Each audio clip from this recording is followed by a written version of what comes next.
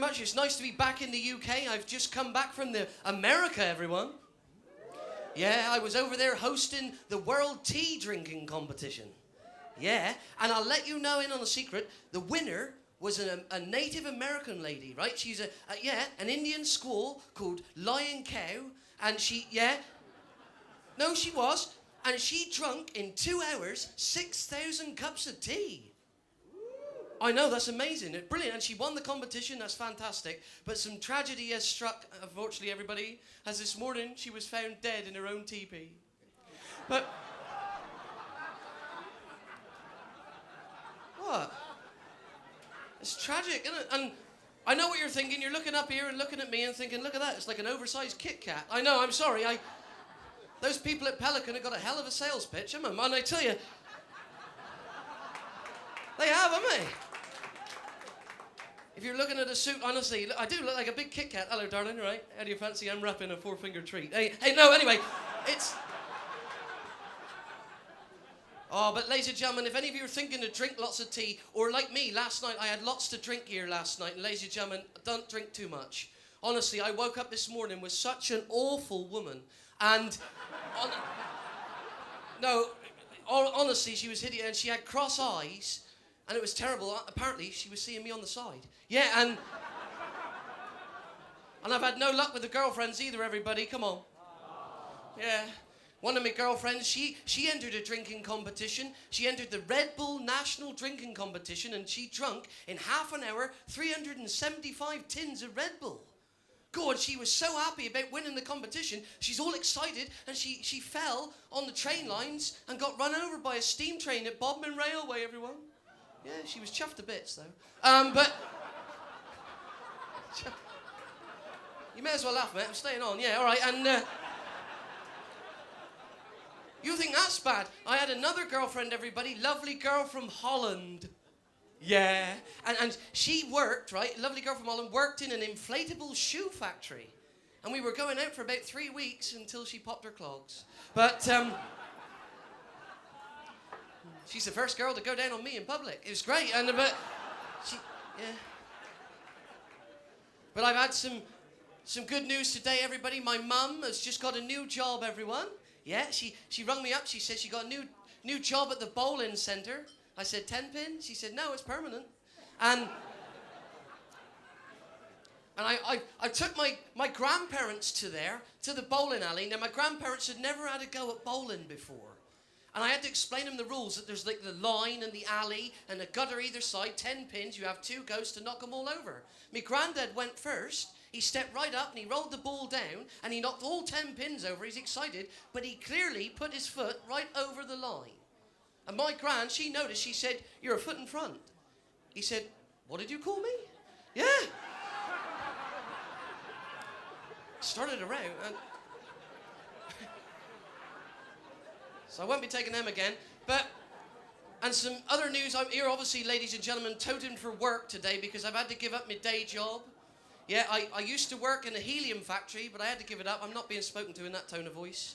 And it's true. And then I started in the summer, back down in Cornwall, I started up my own business doing colonic irrigation. But the hosepipe ban, that finished us, really. So, yeah.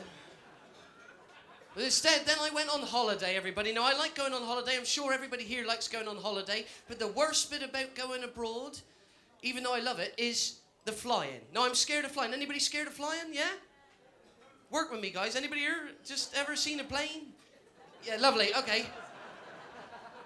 You walk in an airport, the first thing you see is a big sign saying terminal. Now, that frightened me to start with. And I walked in. I went on holiday, everybody, with my girlfriend at the time. Yeah. You've obviously seen her. All right. She was ugly as well, everyone. Honestly, hideous. I mean, she was all right at the top. As you work your way down, she just seemed to get wider. And yeah, there's fellas here laughing. You've met a girl like this, haven't you, Matt? Honestly, she's like a skittle. On a massive bum. Her pants are labelled Mark F. That's one above a Mark E. That is. That's big, isn't it? She's the only girl I know had to put her in her belt with a boomerang, you know, being like that, big girl, right? laughing it up, mate. Every time I climb on at night, my ears pop. It wasn't funny, right? And she got stopped at customs. They thought she was smuggling £100 of crack. They weren't far off. But you go in there with, like, to go to the airport, first of all, you take all your luggage. Now, I don't know about you ladies in here, but I seem to find that all the ladies I go out with pack everything. She got everything. She got, like, one bag full of shoes, because she got that phrase. What's that phrase? If the shoe fits... No, buy a pair in every colour. Not wear it. No. She has hundreds of shoes. And I said, look at all these cases. We're only going for a week. 15 of them. What's in there? Shoes. I went, right, shoes are in. What's in that one? She went, that's got makeup. I went, well, fair enough, you need that. And what about that one there? What's that got in it? She said, that's got underwear. I said, well, that's why that one's so big. All right, and all these other bags, and we're queuing here. I wish you packed the television. She said, so do I. The tickets and passports are on top of it. Yeah, I know, I had to go home and get them. Then we get back, and we get on the plane. You've all done this, haven't you? You walk down with all your luggage, and you go and give it to the lady from Thunderbirds. Have you seen her? And she looked at me with that disdain look on her face, and I walked up and gave her all my luggage, and I went, here, we're going to Spain. She went, fuck you. There's no need for that. There's kids here, I said. She said, no, Spain, the far queue. I went, yeah, oh, right, sorry, okay. And but then I went down on the ramp, got on the plane. Now, the first thing you've got to do is put all your luggage in the overhead compartment, then you settle down. And I'm sitting there in my seat, we take off, and what happens then? Is the pilot come on the aircraft to reassure you it's going to be a safe flight. And I'm scared of flying, and he says something like, I'm going to reassure you it'll be a safe flight today. Well, why? What happened yesterday? It makes me nervous enough as it is. And I noticed it's the same pilot. Crikey, it's dangerous over here. Oh, look, hang on, I haven't done this since a kid. Right, okay, no. I noticed when you get on the plane, it's the same pilot on every plane. Have you noticed that, everyone? He's always got a posh voice. He's always got a stutter. He's stammer and hang on to his word. In fact, he got the same name every time. He's always called Captain Speaking. Isn't he? He is. You laugh. Next flight you're on, you'll think of me, right? You're sitting there. You take off. On he comes. Bing bong. Good afternoon, passengers. Captain speaking. Ladies and gentlemen, departed Gatwick, flying out to our destination over in Spain. I'd like to inform you now, we're climbing to altitude around 35,000 feet, cruising at the steady speed around 300 miles an hour. The skies ahead look clear, there should be no turbulence during our flight. If you'd like to sit back now, your cabin crew will be through shortly with all your in-flight entertainment and refreshments. So if you'd like to sit back now and enjoy your flight, we're cruising steadily to our destination over in... Oh my God!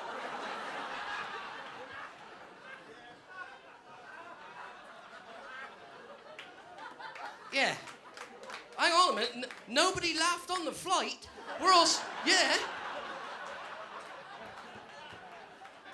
Say about a Kit Kat. Honestly, we took a break for about 30 seconds, but it felt like about 3 hours. We're sitting there wondering what happened in the flight deck, right, love? Yeah, and... But he came back. Bing bong. Good afternoon, passengers. Captain speaking again. Second chance to get that. If you... No. Anyway.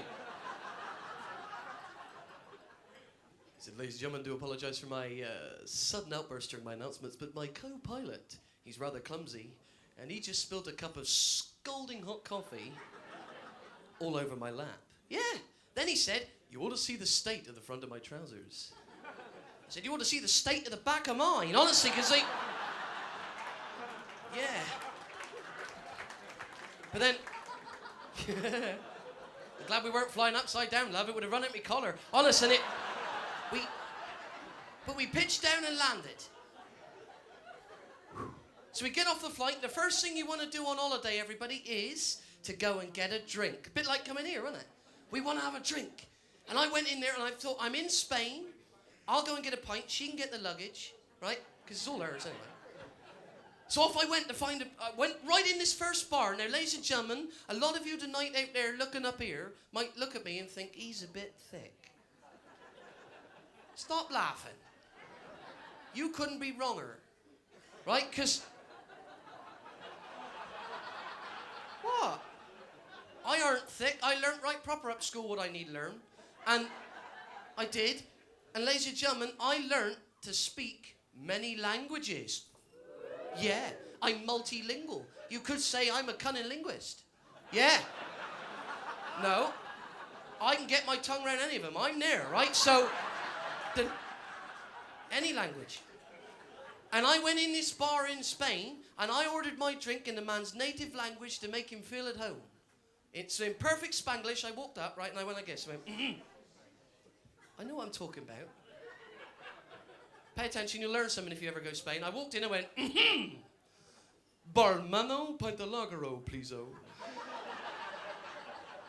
Now, for the ones out there that aren't fluent, that means barman, pint of lager, please, in Spanglish. And he understood. He picked up the glass. He put it under the pump. He pulled the lever. Now, the first pint of the holiday, fellas, is the best.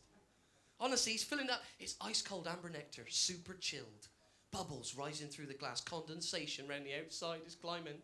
And the head gets to the top. A little dribble runs over the edge. Ooh.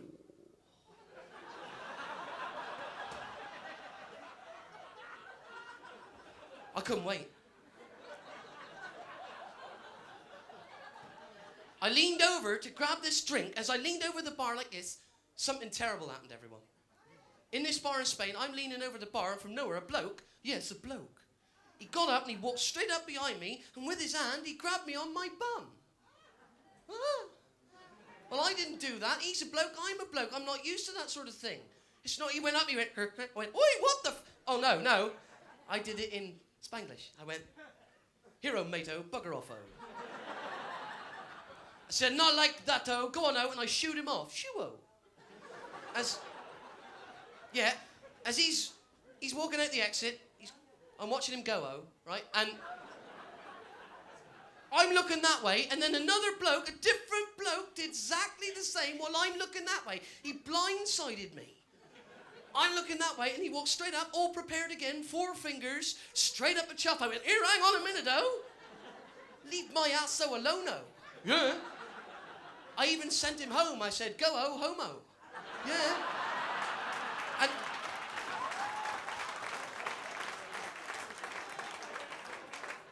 And I'm getting upset, right? Upset-o. And I went to tell the barman off. I said, here, barman-o. I said, what sort of establishmento are you running, hero? And he looked at me, he went, senor. He said, this is a tapas bar.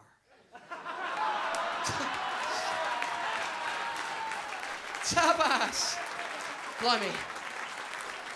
Well, ladies and gentlemen, thanks.